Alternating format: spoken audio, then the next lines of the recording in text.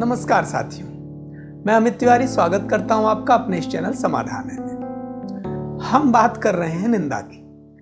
पिछले वीडियो में हमने जाना कि निंदा सुनना और निंदा करना दोनों ही गलत हैं, दोनों ही पाप हैं। इस वीडियो में हम इस विषय पर थोड़ा और विस्तार से चर्चा करेंगे कि निंदा पाप क्यों है और यह किस प्रकार से जीवन को प्रभावित करता है कि किसी की निंदा करना या निंदा सुनना, जो सुन रहा है उसके जीवन पर कैसे दुष्प्रभाव पड़ सकता है। निंदा को लेकर तुलसीदास जी ने श्री रामचरितमानस में एक और जगह उल्लेख किया है। जैसा कि हमने पिछले वीडियो में चर्चा की थी कि एक प्रसंग आता है जब भरत जी श्री राम जी से कुछ प्रश्न पूछते हैं और वहां श्री राम जी निंदा करने वाले के बारे में बताते हैं। ऐसा एक प्रसंग उत्तरकांड में आगे आता है जब गरुड़ जी काकभुसुंडी जी से प्रश्न करते हैं। वहां वह अलग अलग 7 प्रश्न करते हैं।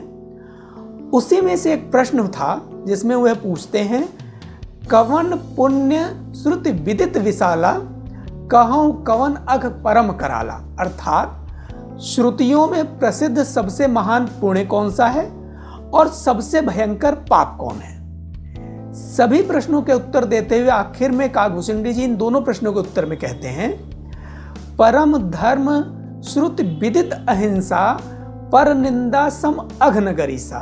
अर्थात वेदों में अहिंसा को परम धर्म माना गया है और पर निंदा के समान भारी कोई पाप नहीं है।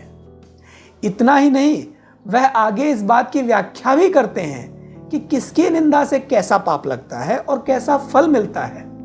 इसी क्रम में वह ऐसे लोगों के बारे में बताते हैं जो सभी की निंदा करते रहते हैं। वह कहते हैं, सबके निंदा जे जड़ करही, थे चमगादुर होय अवतरही।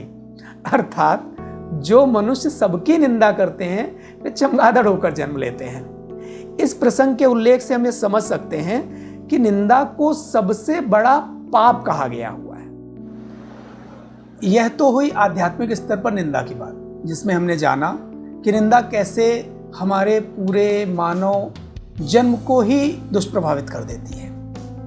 अब बात करते हैं ऊर्जा के स्तर पर कि आखिर निंदा किसी के जीवन को प्रभावित कैसे करती है। जो निंदा करता है या जो निंदा सुनता है उसके जीवन पर दुष्प्रभाव कैसे पड़ता है। एक बात सोचिए, कोई किसी की निंदा करता कैसे है, उसके बारे में सोचकर वह उसके बारे में खूब सोचता है और नकारात्मक सोचता है। कुछ नकारात्मक बातें उसे पता चलती हैं और फिर अपने मन से, अपनी कल्पना से वो उसमें ढेरों नकारात्मक बातें जोड़ता चला जाता है और इस प्रकार वह स्वयं को एक नकारात्मक ऊर्जा के दुष्चक्र में घेर लेता है।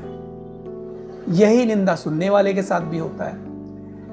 वह निंदा सुनता है, उसमें उसे आनंद आता है और फिर वह उसके बारे में और बहुत कुछ सोचता है और ये सारी की सारी बातें नकारात्मक होती हैं। यानी वह भी एक नकारात्मक ऊर्जा के जाल में घेर जाता है।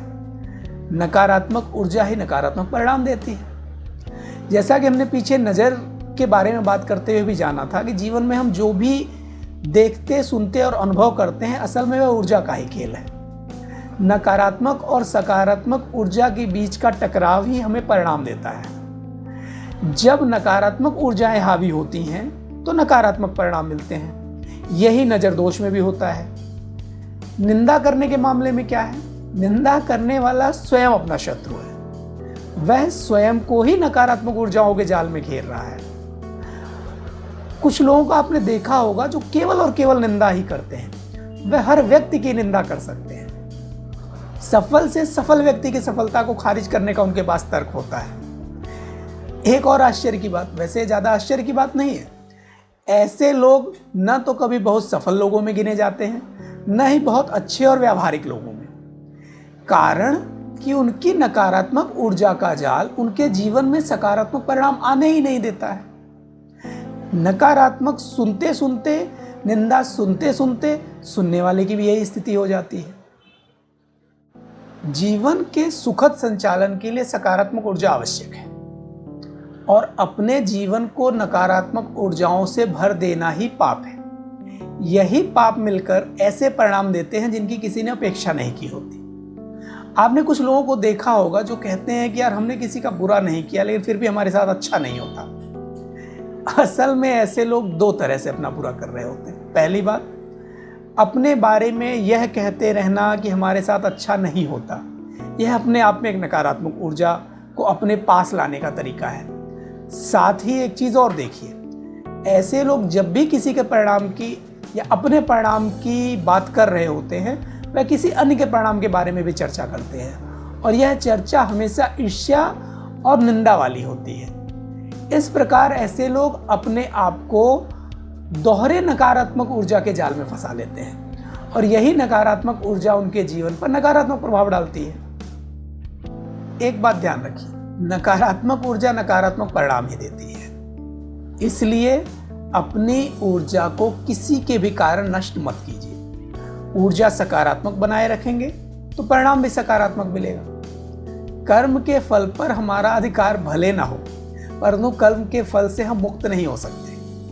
अपनी ऊर्जा को सकारात्मक बनाए रखना या किसी अन्य के कारण अपनी ऊर्जा को नष्ट करना या नकारात्मक कर देना, यह भी हमारे ही कर्म है, और इनका भी परिणाम तो अवश्य मिलेगा। यह हुई बात निंदा रस में सराबोर हो जाने और उसके दुष्परिणामों की।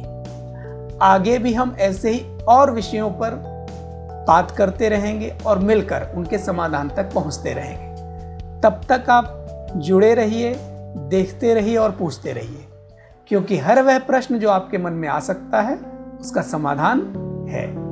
धन्यवाद।